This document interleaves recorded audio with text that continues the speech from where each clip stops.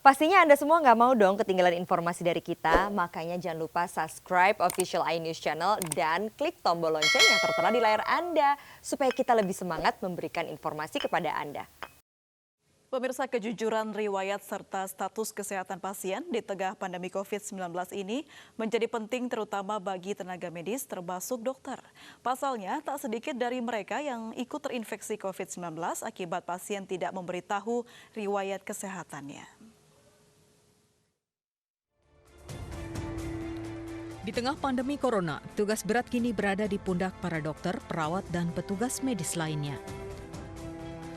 Saat orang lain mengisolasi diri dengan berdiam di rumah, mereka justru bekerja siang dan malam tanpa letih demi menyelamatkan nyawa orang lain. Mereka merawat, melayani, dan mengobati para pasien yang tengah diisolasi dengan sepenuh hati. Namun dengan melayani pasien, para tenaga medis termasuk dokter juga bekerja dengan penuh resiko. Tak sedikit dari mereka yang ikut terpapar COVID-19 karena pasiennya tidak jujur. Seperti yang terjadi pada 76 pegawai Rumah Sakit Umum Dr. Sujadi Purwodadi, Grobogan, Jawa Tengah. 2 di antaranya adalah dokter. Mereka harus menjalani isolasi mandiri pasca menangani pasien positif corona asal desa Bangsri, Grobogan, Jawa Tengah. Pasalnya, pasien yang merupakan mantan TKI Hong Kong asal desa Bangsri, Kecamatan Geyer, Grobogan, Jawa Tengah, tidak mau jujur selama menjalani pemeriksaan. Bukan hanya di Grobogan, bahkan di Semarang, Jawa Tengah, 46 tenaga medis termasuk dokter di Rumah Sakit Karyadi Semarang dinyatakan positif COVID-19. Akibat pasiennya tidak jujur soal riwayat kontak dengan status kesehatannya kepada petugas medis. Akibat ketidakjujuran pasien ini pada 23 Maret lalu, seorang dokter yang juga guru besar epidemiologi FKM Universitas Indonesia, Bambang Sutrisna, meninggal dunia usai menangani pasien yang tidak jujur dengan status suspek corona. Di tengah pandemi COVID-19 ini sudah sepatutnya pasien berkata jujur tentang riwayat kontak dan bepergian serta menyatakan status kesehatannya agar mencegah jatuhnya korban yang lebih banyak lagi.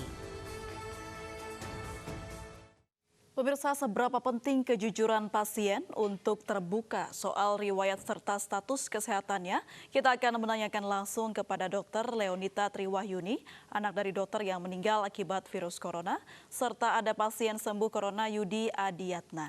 Selamat sore, Dr. Leo dan Pak Yudi. Selamat sore. Baik, sebelumnya kami mengucapkan duka cita mendalam untuk Dr. Leo yang mana orang tuanya menjadi korban dan juga telah gugur untuk melayani pasien. Ya, terima kasih. Baik, Dr. Leo, boleh diceritakan seperti apa kronologisnya atau ceritanya orang tua Anda bisa terpapar COVID-19? Jadi papa saya waktu tanggal 12 itu prakteknya memang berdua sama mama saya. Jadi berdua praktek, ada pasien, kebetulan datang, pasiennya sendiri nggak bilang apa-apa mengenai penyakitnya. Pasiennya cuma bilang beliau pulang paksa dari rumah sakit di Jakarta Selatan karena katanya sih pelayanan rumah sakitnya kurang baik. Lalu kemudian beliau datang dengan gejala-gejala memang mengarah ke arah COVID. Cuman waktu itu papa kan memang praktek umum nih. Yeah. Jadi memang APD-nya saat itu yang digunakan hanya masker saja. Karena memang kita tahu APD itu sulit sekali didapatkan, masker juga cukup mahal. Nah, pasiennya pun sebenarnya waktu datang memang masih menggunakan masker. Cuman waktu masuk ke dalam ruang periksa, maskernya dibuka.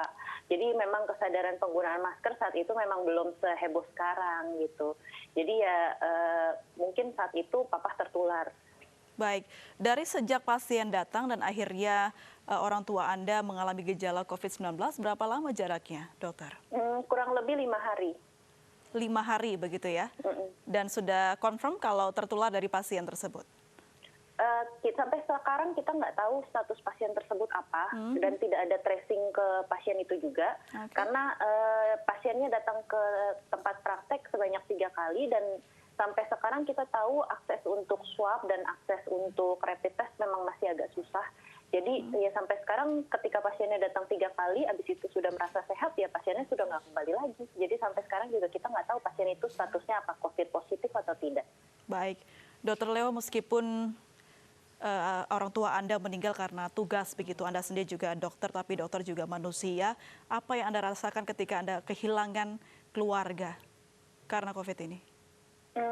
Mungkin pertama-tama saya sempat merasa marah ya. Jadi karena saya merasa ini sebenarnya hal yang seharusnya tidak terjadi. Misalnya pasiennya sudah tahu kondisi pasiennya itu sendiri seperti apa, dicurigai apa, makanya disuruh rawat di rumah sakit. Mungkin kalau dengan pasien itu bisa bilang ke kita penanganannya beda. Nggak mungkin juga kita santai-santai aja cuma pakai masker gitu. Dan saya rasa memang banyak di kejadian di rumah sakit sekarang juga hampir sama kejadiannya. Karena kita tahu APD yang lengkap itu hanya sekali pakai dan susah sekali didapatkan gitu. Baik, pasti berat sekali merasakan hal ini begitu. Dr. Leonita, kalau boleh berteriak, apa yang ingin Anda suarakan ke masyarakat terkait ini? Yang ingin saya bilang bahwa jangan sampai angka-angka kematian yang dipaparkan oleh pemerintah, walaupun sekarang seperti memberikan harapan palsu ya, dengan angka kesembuhannya lebih tinggi. Tapi kita lihat angka kematian itu bukan cuma angka loh, itu nyawa manusia. Dan jangan sampai nyawa itu terhitung dari keluarga Anda atau dari Anda sendiri. Jadi sebaiknya ya turuti aja sih apapun yang pemerintah anjurkan, misalnya seperti saat ini physical distancing, pakai masker, jaga kebersihan, dan terutama lindungi juga tenaga medis. Dengan kalian memberitahu apapun yang kalian tahu sejujurnya, misalnya riwayat perjalanan, riwayat kontak, itu akan sangat membantu banget kok. Baik, Dr. Leo, Anda sebagai keluarga yang menjadi korban terpaparnya COVID-19 atas ketidakjujuran pasien, boleh kiranya meneriakan atau marah hal-hal atau kata-kata apa yang mungkin bisa meluapkan kegundahan dan kesedihan Anda kepada pasien yang tidak jujur kepada dokternya? Saya cuma berharap satu, jangan sampai kematian ayah saya menjadi sia-sia. Tolonglah belajarlah sesuatu dari kematian itu. Karena nyawa loh, ini kita ngomongin nyawa. Dan nggak segampang itu. Penyakit ini tuh nggak sesederhana itu dengan ada orang yang bilang, oh ya 14 hari akan hilang kok virusnya. Nggak segampang itu. Banyak kok teman-teman saya yang sudah swab berkali-kali dan tetap masih positif. Jadi dengan kejujuran Anda itu sangat membantu banget. Baik. Dokter, Anda sendiri saat ini masih praktek? Saya dirumahkan karena saya juga positif. Dokter juga positif? Iya. Baik. Ini saya menghela nafas panjang karena keluarga, orang tua meninggal karena terpapar COVID-19 dan Anda sendiri saat ini positif corona. Apa yang Anda lakukan sehari-hari, dokter? Saya sih banyak ya, karena saya juga hobi memasak, hobi bercocok tanam. Jadi sebenarnya pekerjaan saya di rumah cukup banyak juga. Jadi nggak bakal sendirian juga. Dan saya juga masih ada perkuliahan jarak jauh, dan masih ada laporan jaga, masih ada mengajar koas. Jadi sebenarnya masih banyak juga yang bisa dilakukan di rumah. Baik, baik. Saya beralih dulu ke Pak Yudi Adiatna, pasien yang sembuh dari corona. Selamat sore Pak Yudi. Selamat sore, baik. Mbak Pril. Pak Yudi, selamat sudah sembuh dari corona. Terima kasih. Baik, bisa diceritakan Pak pengalamannya selama ini karantina COVID-19 seperti apa dan gejala apa yang paling parah dirasakan? Ya, awal mula saya merasakan gejala itu di hari pertama seperti pilek, demam biasa gitu, bersin-bersin, terus badan demam, dan ditambah lagi sesak nafas gitu. Cuma memang seperti sesak nafasnya tuh agak berbeda gitu, seperti orang mungkin mau berenang tapi dia nggak bisa berenang gitu, tapi jadi nafasnya terengah-engah gitu. Jadi seperti itu gejala awal yang saya rasakan. Baik, baik. Dan berapa hari akhirnya dinyatakan negatif corona? Jadi begitu saya merasakan gejala, saya langsung menghubungi call center gitu 119 dan langsung saya diarahkan oleh petugas untuk mengunjungi fasilitas kesehatan terdekat. Lalu kemudian saya diarahkan ke rumah sakit rujukan dan kemudian sampai akhirnya saya dirawat dan diisolasi di rumah sakit RSPI Sulianti Saroso. Baik, obat apa saja yang diberikan oleh pihak dokter, Pak Yudi? Seingat saya memang diberikan memberikan berbagai macam obat ya, baik yang diminum atau yang diinfus, dimasukkan dalam infus, itu mulai dari obat-obatan antibiotik, terus obat-obat penurun demam, sampai yang paling penting itu adalah vitamin C dan air minum yang cukup sekitar 2.000 ml per hari yang harus saya konsumsi. Baik. Saya beralih kembali ke Dr. Leonita. Dr. Leonita, Anda saat ini sedang menjalani karantina. Apa gejala terparah yang Anda rasakan, Dok? Sekitar 3 minggu lalu saya juga merasa demam, batuk. Dan yang terparah sih karena sebelumnya saya juga beberapa tahun yang lalu pernah mengalami demam berdarah. Saya merasakan gejala yang mirip seperti itu. Jadi seperti nyeri sendi seluruh tubuh dan kepala saya sakit sekali. Gitu. Jadi gejala terparahnya mungkin cuma 4 itu sih. Tapi itu benar-benar 3 hari kayak gitu. Baik. Dan saat ini sudah berangsur membaik begitu ya, Dok ya? Saat ini sudah tidak bergejala. Baik. Mengkonsumsi obat-obatan atau multivitamin yang seperti apa, Dok? Kalau saya minum vitamin C, dosis tinggi ya 1.000 mg per hari. Kemudian dari dokter saya, karena saya juga sempat berobat ke dokter, itu diberikan pengencer dahak karena saya batuk. Baik, diberikan obat pengencer dahak begitu ya? Baik. Saya kembali ke Pak Yudi. Pak Yudi, setelah akhirnya bisa berhasil sembuh begitu, motivasi apa yang mungkin bisa menginspirasi pasien-pasien positif corona di luaran sana yang belum bisa sembuh sampai saat ini, Pak? Ya, yang pertama saya meyakini bahwa penyakit ini tidak ada untuk selamanya. Jadi saya optimis ini penyakit ini hanya ada sementara dan kita itu bisa melewatinya bersama-sama. Dan yang terpenting adalah kita selalu berpikiran positif selama kita sakit, selama kita diisolasi, selama kita di karantina. Jangan memikirkan hal-hal yang terlalu negatif karena itu justru akan nanti membuat daya tahan tubuh atau imun tubuh kita itu jadi ikut menurun gitu. Jadi selain kita mengkonsumsi obat-obatan, multivitamin, juga terpenting sih psikis, mental kita juga positif agar daya tahan dan imun tubuh kita pun ikut bagus gitu. Baik. Pak Yudi, sekarang banyak sekali masyarakat yang terpapar ataupun mungkin masih merasakan gejala yang tidak jujur terhadap dokternya. Bagaimana respon Anda melihat ini? Ya, bagi saya kita harus jujur lah, terutama terhadap kondisi kita sendiri, status kita pernah berpergian ke luar negeri kah, atau kita pernah berinteraksi dengan pasien yang positif, pasien yang PDP atau segala macam. Kita harus menyatakan itu ketika ditanyakan oleh petugas medis, karena pasti hal pertama yang akan ditanyakan oleh petugas medis begitu kita mengatakan ada gejala demam, pilek, sesak napas dan segala macam, apa riwayat perjalanan kita selama 14 hari ke belakang. Pasti mereka akan menanyakan itu dan kita jangan sampai kita menutupi hal tersebut karena itu akan merugikan diri kita dan juga nanti juga merugikan para tenaga medis dan masyarakat lainnya. Baik.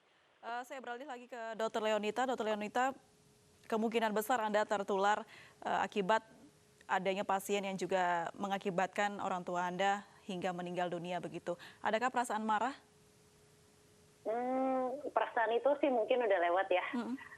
Tapi pernah berarti ya Mbak ya? Pernah. Seperti apa bentuk kemarahan Anda ketika itu? Mungkin kemarahan saya bisa dilihat dari uploadan IG story saya gitu. Itu jadi salah satu bentuk kemarahan. Karena saya sih cuma berharap satu ya, jangan sampai ayah saya meninggal ya udah meninggal aja. Orang lain nggak ada niatan untuk berubah. Sebaiknya kan ada sesuatu lah yang dipelajari. Ayah saya meninggal nih, kan nggak bisa dikembalikan. Ya, tapi tolonglah belajar sesuatu, jangan berbohong, jangan menutup-nutupi data. Karena sebenarnya kalau sebagai dokter, kita sangat besar peran dari anamnesis, dari wawancara terhadap gejala, terhadap riwayat penyakit sebelumnya itu sangat besar. Baik, dengan pasien yang diduga terpapar COVID-19 ini, apakah masih kontak dok sampai saat ini? Enggak, Tidak, udah ya? jadi terakhir 3 kali datang, terakhir sebelum ayah saya meninggal juga. Setelah itu pasiennya nggak datang. Dan kebetulan setelah ayah saya meninggal, praktek kan juga kami tutup karena kan memang mama saya sih mungkin masih bisa praktek, tapi kan beliau juga di atas 60 tahun, jadi agak Cukup berbahaya berisiko ya? kalau untuk praktek Rentan. ya. Baik. dengan pasien yang ya kita tidak tahu dari mana asalnya begitu dok, tapi kan itu juga tugas dari seorang dokter untuk bisa menemui siapapun pasiennya tanpa pandang bulu. Namun si pasien juga tidak mengetahui. Lalu apa pesan Anda kepada dokter-dokter yang saat ini masih praktek dengan usia yang rentan? Kalau bisa saya bilang di rumah aja sih, sebenarnya baiknya di rumah aja ya. Karena dengan usia yang rentan, kita tahu kalau di aturan pemerintah pun untuk pekerja yang punya penyakit penyerta dan usianya rentan, malah sebaiknya dirumahkan gitu. Cuman kalau untuk dokter-dokter yang terpaksa harus bekerja, sebaiknya APD-nya harus lengkap dan memang terstandar. Karena APD aja yang sederhana pun sebenarnya nggak cukup. Itu bisa kena dari mana aja kok. Bahkan teman saya yang hanya ketemu sama salah satu perawatnya yang COVID positif dan ganti baju di ruang ganti kamar operasi pun bisa kena gitu. Jadi sebaiknya APD itu sangat penting kalau untuk seorang dokter. Itu senjata kita untuk melindungi diri. Ini juga dilakukan oleh ibu Anda ya yang saat ini masih praktek? Ibu saya saat ini jadi nggak praktek. Oke. Karena hal ini begitu ya? Karena usianya di atas 60 tahun itu. Baik.